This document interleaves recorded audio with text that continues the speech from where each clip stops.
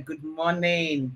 Welcome to another edition of Nugs to Nuggets. My name is Oluwayomi Ute, and it's such a joy to have you come and join me in this edition again on a beautiful Monday morning.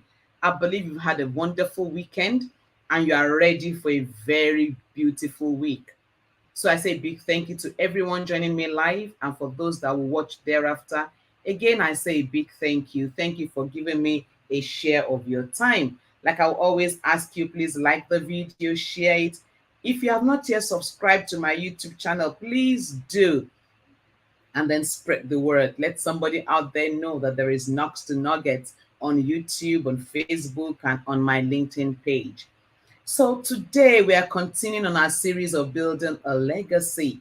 Remember, we had looked at what it is, the various stages of life. We have looked at various ways to develop or to build, excuse me, to build passive income.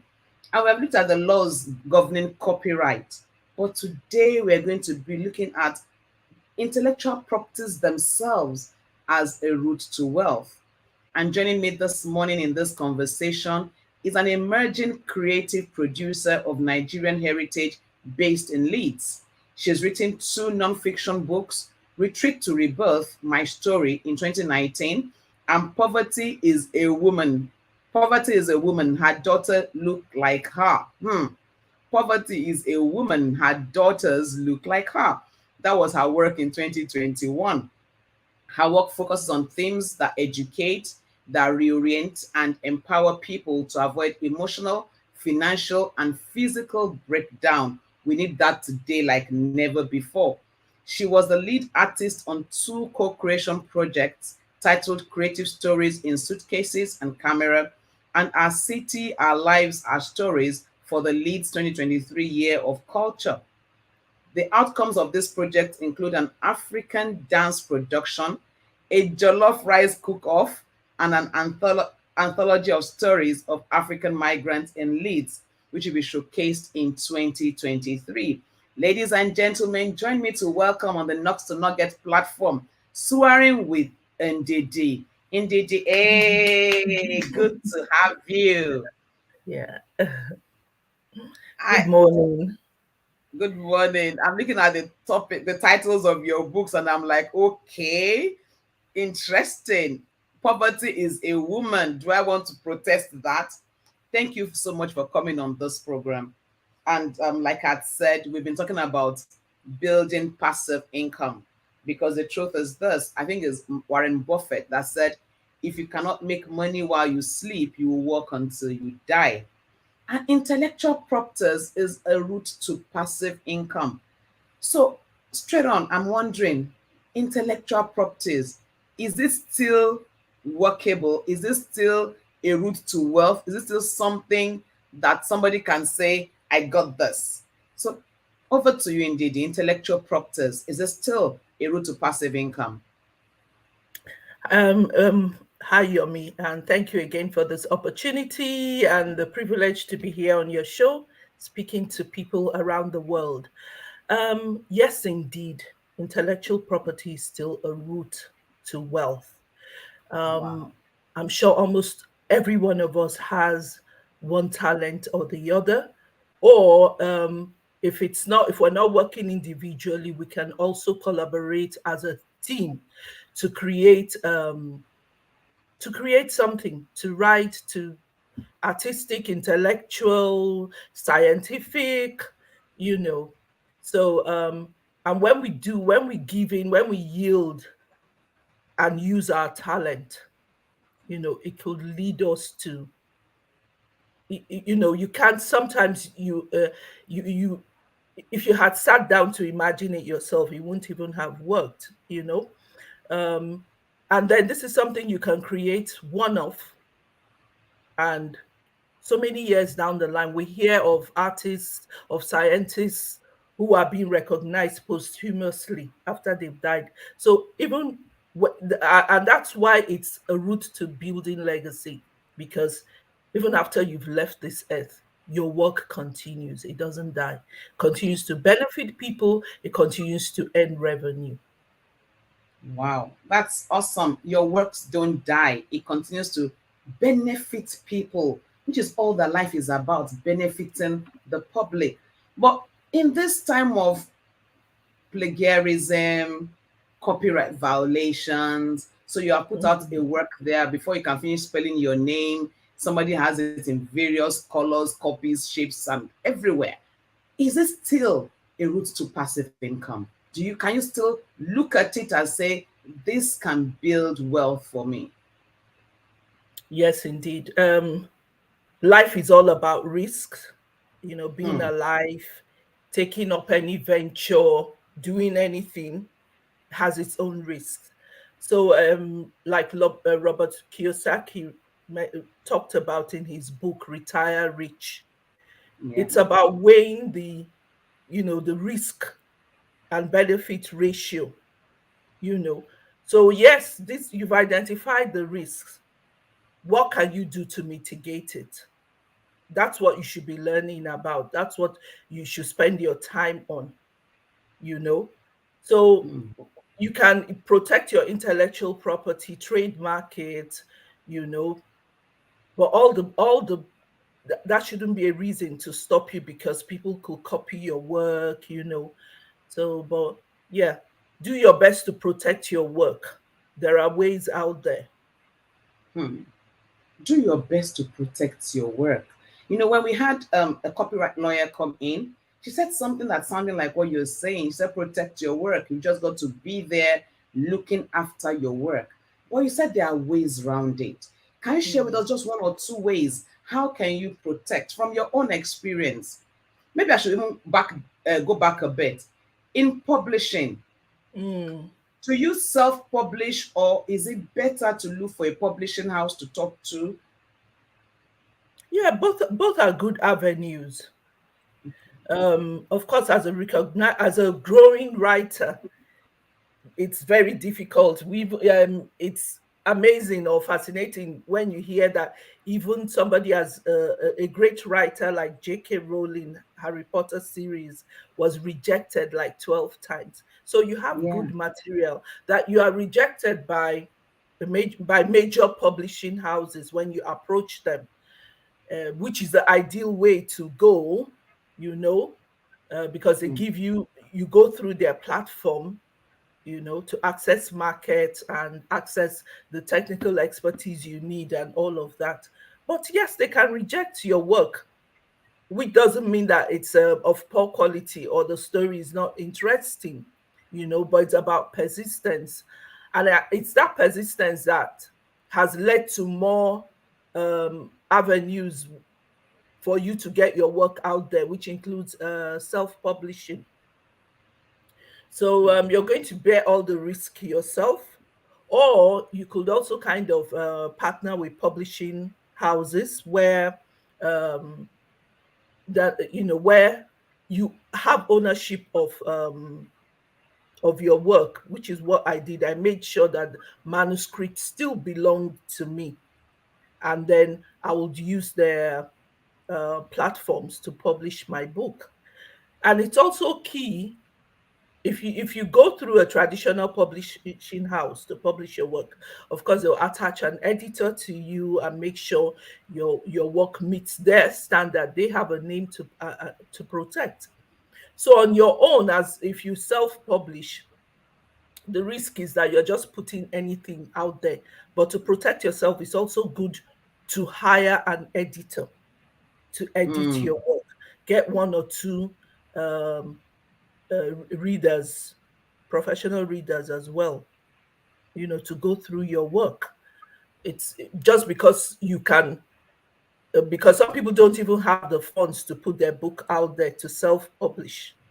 So just because you can afford that doesn't mean you should just put rubbish. Make sure it is sound, because in your head it might look like this is really good to put out there, but you need editors, developmental editors, editors that will make sure that the grammar and everything is intact. You do all that, and then be in between you publishing by yourself and the traditional publishers. There are also publishers that you can work with in the sense that you own your manuscript, but they have the platform, a bigger platform that you wouldn't have accessed as an individual. And so they help you to put your book out there. But in my own case, I made sure the manuscript still belonged to me. So Hmm. there was a contract, and you go through that contract. Hmm. Yeah. Wow. Make sure that the manuscript, excuse me, still belong to you. You know, we were saying something and I was writing. Let me ask, what led you into writing? I'm an avid reader, right from, I mean, if you know me, that's one thing you know about me, that I love reading. And I think going, they say good writers are good readers, or is it the other way around? Good readers are good Yeah, writers. good writers. Um, so I've always wanted to write. It's one of those things that, every year you set new goals, writing will be there in mind.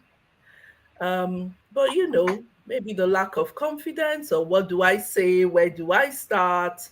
Um, in the past, I'd attended quite a number of creative writing workshops. Right from university, I took it as a course.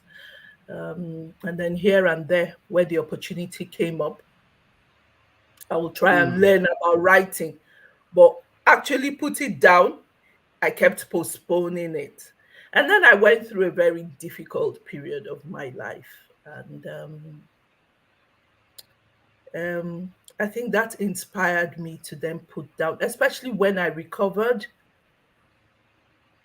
And I was like, if as you went through this, there are equally a lot of People. people out there who are going through this. So I think it's time to write that book. And I wouldn't say jump into writing a book after a kind of traumatic experience. And I was diagnosed of cancer, went through it, recovered, and a few other personal issues. I healed. I wrote my book at the time after I was strong enough to write it. It's Hmm. also writing your story is like right now I'm going to put to as part of my project for next year, Leeds Year of Culture. I'll be collecting stories from people, migrants living in Leeds. And before we go into that, running a workshop. We'll be running a workshop around the ethics of storytelling. People need Hmm. to understand, yes, you can come forward. It's an emotional thing. It's a traumatic thing. So they need to know that they're ready to write their stories, to put it out in the world, understand some of the impacts, you know. So I would say that I wrote my story at the time that I was healed and strong enough to do it. And then as well, the second book, Poverty is a Woman. I know the topic is the title is a bit controversial. And this is a very good time. I can't think of a better time for women to be in business. Hmm. There's a lot of support, a lot of organizations are trying to help women. However, there's still the gap is still huge, you know. Hmm. So my book, and again, of course, we know because of the social, religious, historical barriers that women suffer, there's more noise than ever. And so many organizations out there claiming to help women, but there's still a huge gender gap, a huge Hmm. financial gap. And I put in my own experience and the experience of other African women entrepreneurs. But the book ends again offering hope, because really and truly there's support out there. How do we access it? Otherwise, the woman will still remain poor. And when Hmm. I say her daughters look like her, I'm talking about generations after. Hmm. Wow. My, when I saw that topic, somebody is asking me for the titles. I'm putting it out there so you can see the titles. When I saw it, I had to just laugh. And does the title have anything to do with acceptance? So do you think, well, people are ready to listen to it because the title catches their attention? Does title have anything to do with acceptance? Because if you must generate wealth, You must be able to make money. For you to make money, people must buy, people must like, people must read the book. What's the role of the title in getting acceptance? Mm. I would say it's critical. Yet, when you are creating, it works best when you're doing what you like, when you're coming right, creating from within. For instance, Retreat to Rebirth, the title. I didn't stop to consider that, is this something that is trending? Is this something the audience will like? The title came from my truth, if you understand what I'm trying to say. Yes, I do. Um, yes, because for me, first, the title was determined by two things.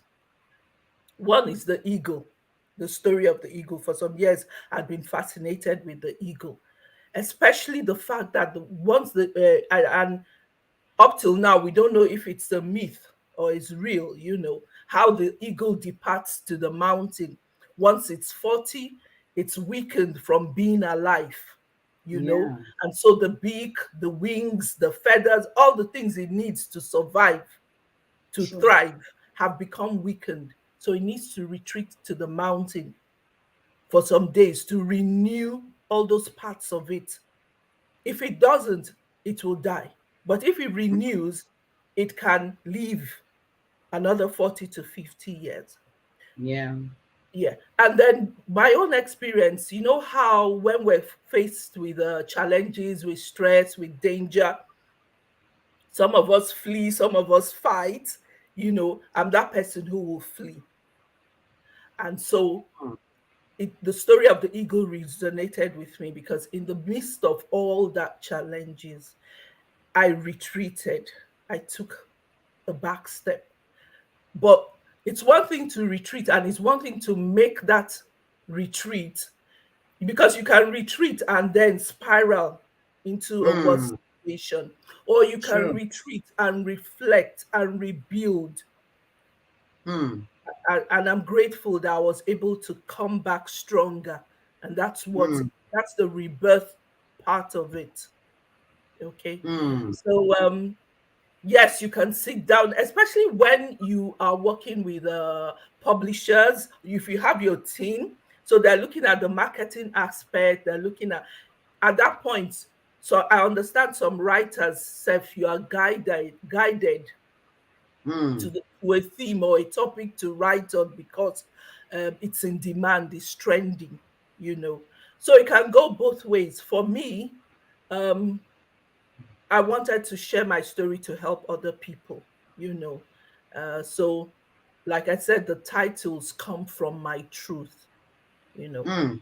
The Yeah. titles come from your truth. That's so touching. That's so real. And like Gilbert said, writing is like a healing therapy. You actually are able to pour yourself into that and then share your experience with the world. And one of the challenges we have, particularly in this part of the world, is that many people don't want to tell their story. We don't want to be vulnerable. We don't want people to just read and say, oh, so this was, oh, you went through this, a whole you.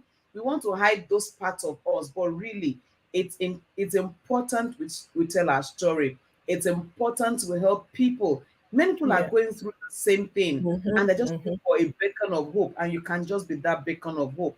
So if you have gone Yes. through any experience, consider writing as a therapy. I hear that from Ndidi loud and clear. And like you said, it's not all about retreating. If anyone is saying, is retreating to reflect and rebuild. Many Yes. times when we retreat and we come out worse, is because we retreated to be thinking, and then we became we hosted a pity party and called the whole world come and see what the devil has done to me, what the world has done to me. Yes, retreat, rebuild, and then relaunch. I hear you. One of the things you said again is working with professionals. So writing is a skill that you can learn. Am I right? Yes. Yes, indeed. I believe, like every skill, although it's better to work from your strength. From your Mhm. strength. Yes. Mm, mm, To create, you also need to know who you are, what your strength is. Writing is a skill, you know. So but if it's your talent or you're inclined to it, because it's good to know who you are, what your likes are, your passions, your values, most importantly your values, and then build on it. So like I said, I've always wanted to write, as against maybe saying, um right now IT skills are trending, but um yeah. if that's not your strength, don't go there. You could Mm, work in partnership, like I said before, that leaving a legacy and using your talent. Sometimes it requires you working individually, sometimes mm, it's a collaboration, a team mm, of people all bringing their strengths to the table. So mm. if writing is not really your strong thing, then don't go Don't. there. However, Mm, yes, it's something you can learn and build on. You know, mm, I mean, for instance, I had the passion to write, but it doesn't stop at the passion. I attended creative writing classes, and I also mentioned earlier, you can pour out what you have in your head, your imagination, you can pour it out onto paper, but you still need that professional, the editor. You would need a marketing team or you can start by yourself. So it's not a one man thing. mm. It's Yeah. not a one man thing. I'm learning that. Again, I'm hearing passion is not enough. It's not just enough to say, I have the passion and you're raw eyes on fire. You need professionals. You need to also learn. And there's schools that you can go to learn. So be intentional. You have the zeal, you have the passion, you love to write. Sharpen that skill. Go learn. And then surround yourself with people that will help you in that field. You can never go it alone. That's where you have professionals. But in the day, somebody says Yes. professionals, they are so expensive. I can't afford it. What's been your own experience like? Okay. Well, you have to start from somewhere. I attended creative writing courses, and yeah, some are expensive, some are not. Being here in Leeds, attended one or two that were highly subsidized. That helped. Um, Again, and then there were some. I joined one or two creative writing groups too. So for Mm, me, I love learning. So any tip, any information, you know. So it's not like you have to pay an arm and leg all the time. However, I paid an editor. mm, I think that was worth investing in. But before then, I think through one of the groups I belonged to, a professional, who manages writers, came on board. And you have to do this research. You need to build know who your target market. Essentially, if I'd engaged her, what she would have done for me was to put the structure in place before I even write. you know. mm. But at that point, I then got, because I decided to also do some research, found out about publishing houses, self publishing, all of that. But at some point, I just got overwhelmed and said, okay, you're doing all this research, about to engage a professional, you haven't even written anything. Okay. So I took the decision. Meanwhile, that's an advice coming from a professional, that you should put Mm, your structures in place before you even write. But I got overwhelmed. So I stepped back and actually wrote. Then I mm, worked with my editor. I got an editor. That's the one thing I felt. Listen, let me have a good book ready. Then I can take it from there. It may not work for everybody like that. But like I said, I got overwhelmed. And sometimes you also need to listen to your intuition. So I stepped yeah. back, wrote, got an editor, worked with the editor until the manuscript was ready. Then I said, what's the next step? And then I realized, oh, okay. Writing is like, I think you've written a book. I think that's like 20% of the work done. Marketing is another, and so, and part of marketing is then organizing or partnering, reaching out with people who organize book events. And that's one way of putting yourself out there. These days, you can't do without the social media website as part of putting your work out there, because Hmm, writing and putting it on the shelf, it's also not going to benefit people if you wrote the book for people. Mhm. true. Wow, writing is 20%. Jesus. But there's a question on the floor. It says, Mhm. if writing isn't your thing, how do you go about writing a book then? So I want Mm. to write a book, but I'm not sure I'm a writer. But really, for you to Yeah. even want to write a book, that tells me there's something about writing somewhere up there. Maybe it's what you are defined as writer, as until you become those big names. But what do you think? Mm. If right, that means there's a desire to write, Yeah. or you don't think you're skilled enough, you don't think you're good enough. Yeah, then go out there, join writing groups, pay for a writing course if you can, okay, and then take it from there. But I'll also share one tip, and this I learned this after I'd even written a book, and I could then call myself a writer. Um, Before I go on to that, after writing and even after the publishing house had taken my book, I still entered the book for some reviews and competitions. So that Hmm. also helps. You're getting independent review of your work. So a few years down the line as well, I I am sorry, I've lost track of what I'm trying to say. So Yeah, you were we're talking about talking putting about it writing together. not Yes. being your thing, and how do Yes. you go about it? Yes. So yeah, how do you go about writing your book? So I've said yes, join courses, join groups. Some people pay ghost writers to write for them. That's also an option. Mhm. But let it be, because sometimes you see two authors' names on a book, you know. So one is the ghostwriter and one is actually the owner of the book. That's another option. So I was saying that yes, after I'd proved myself as a writer by writing a book, and then got independent reviews of that book, so I could say, okay, yes, I'm a writer. I'm still learning. I'm still joining writing groups, paying for writing courses.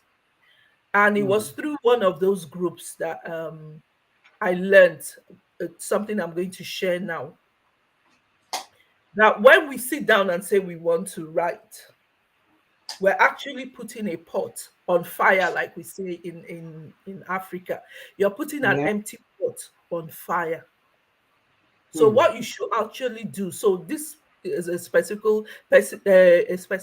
answer for the person who wants to write, who has a burning desire to write, but feels they don't even have any inkling.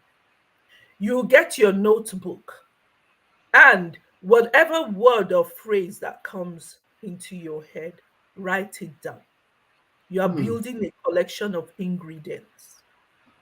And the day you now sit down to cook, that is to put that pot on fire, you're adding the ingredients. Okay. Hmm. Then another way too is, I don't know how to write, but I want to write, is to actually set a time for it. Once a week or twice a week, set a particular time. And perhaps you can start with 5 minutes, 10 minutes. Just write. Don't censor yourself. Just write for that 5 or 10 minutes. Anything coming up, don't worry that it's not making sense. Then step back and edit all that rubbish you think you've written. You might be able to pick a phrase or a sentence that you want to retain that makes sense to you, and then you add it to that your notebook, which is your collection of ingredients for the day you will cook, Mm. you put your pot on fire. Yeah. So that's my Wow. advice, my suggestion. And then somebody is asking, is it advisable to use ghostwriters? Yes, but it has to be acknowledged. That's what I said. You don't Mm. want to where you've used the ghostwriter, you will see on some books two authors. You will see two authors. So um Mm. I think it's best for it to be acknowledged. You don't want to take credit that you wrote a book. Because in Mm. that case, with the ghostwriter, you are sharing your story. Probably verbally, they'll record it and then write. So Mm. it's work of two people. Two people. Okay. Okay. Wow. It's the work of two people. You know, some things when you look at them from afar, you're not aware of the amount of work that goes into it. Many people just think to write, just get paper and biro or get on your Mhm. system and just type away. But it's more than that. Even if you are talented, talent is not enough. You need to train yourself. Don't just sell raw skills, polish it, because the better polished it is, the more money definitely you will earn. So, Ndidi, wow, time is fast spent. I thought we were still like in 10, 15 minutes. Mm. Wow, wow, wow. But let me ask this as my final question so that I can let you go. Thank you again for agreeing to do this in spite of your schedule. I don't take it for granted at all. Now, having written, and you have two books in the works already, what has been your experience in terms of royalties? Is it something you had to pursue? Have you had experiences of your work um, getting lost? Like I would say, getting lost. So it's out there, and for days, weeks, you can't seem to see anybody saying, "I've read this book." How does that feel? What's been your experience like? Mm. I'll go to back to your first question. Royalties, what has the journey been like? It's been slow. It's been Mm, slow. But again, that's why you should create because you want to, because you love what you're doing. And as an emerging writer, most of the time that's recognition and sales and earning loads of royalty may not come immediately. Like I mentioned earlier, J.K. Rowling and Harry Potter series. She didn't make her millions from the sale of the books. mm, She made her millions from her books being adapted into film. yeah, to films. But just create. Sometimes don't even create just because you want to earn. It shouldn't be about money. Create something you love. Your Mm, passion will open the doors for you. mm, And then you for instance in the project I'm working on, the Leeds International African Festival 2023, which will hold as part of the Leeds 2023 Year of Culture. So here I am, creative producer of an arts festival. We'll be showcasing mm, African culture. Now, the journey started last year, and it wouldn't have happened if I hadn't written my book. So I've written my book. 2020, we scheduled book events. A website was created, all of that to promote sales, but it didn't happen. We canceled book events, you know. So the journey to earning money has been slow, but it's a journey that continues. You never know. And so last year, there was this call out for an artist who works with the community, you know, to co-create ideas for this festival.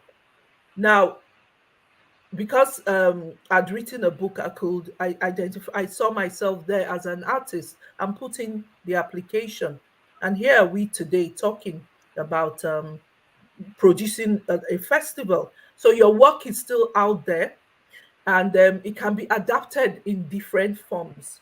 Even for the mm, person who's talking about um, wanting to write and not knowing how to write, Perhaps just put your idea out there, get somebody to collaborate with. It could be a drama piece, it could be a spoken word piece, and then it just grows. Your work just grows. Mm. Wow, your work just grows. Thank you so much, Ndidi, for being on this call. Let me take your final words for Mhm. today. Um, I'll just say, whatever, know yourself first. Try and know yourself, your values, your talents. What would I really love to do? Even if I'm not getting paid for it. And start small. It might look so challenging. When would I have the time to write? Start small and build on it. You know, keep learning, keep learning, keep learning. And then instead of looking at all the risks associated with why I can't do this, also look at how can I actually do it? Who can I work with? Who can I partner with? You know. Mm. So yeah. Wow. Thank you so much for coming on this program. I don't take it for granted. I totally appreciate you. And of course, like I said to every of my guests, I will come again. And definitely, I know that when I come knocking again, the doors will fling open. Thank you so much, Ndidi, for being here. I appreciate Thank you. you. Thank you Enjoy very the much. rest of the day. Thank you. Thank you. Bye. Bye for now. Wow, wow, wow, wow, wow. I thought we were speaking for just 10 minutes and I just looked up on my timer and I saw 36 minutes gone. Wow. But like she said, create something you love and your passion will open doors for you. The truth about building legacy is this: it comes from the place of passion. What do you love to do? So she said, know yourself. And making money is a journey. You don't make all the money overnight, it's a journey. Get ready to start small and then you keep building. Know yourself, know your values, know your passion, start small, build on it, keep learning, don't focus on the risks, see the possibilities and just do it. Who does it well like Auntie Binta? Thank you so much, Binta, for that. And I totally appreciate every single person that has been on this call. So we're talking about building legacy for so long. I want to encourage you, please build legacy. And until I come your way next week, Monday, with another edition of Knocks to Nuggets, remember, if you can think it, you can be it, and you can have it. And like I always will say, together we win. God bless you. Have a wonderful week ahead. Bye for now.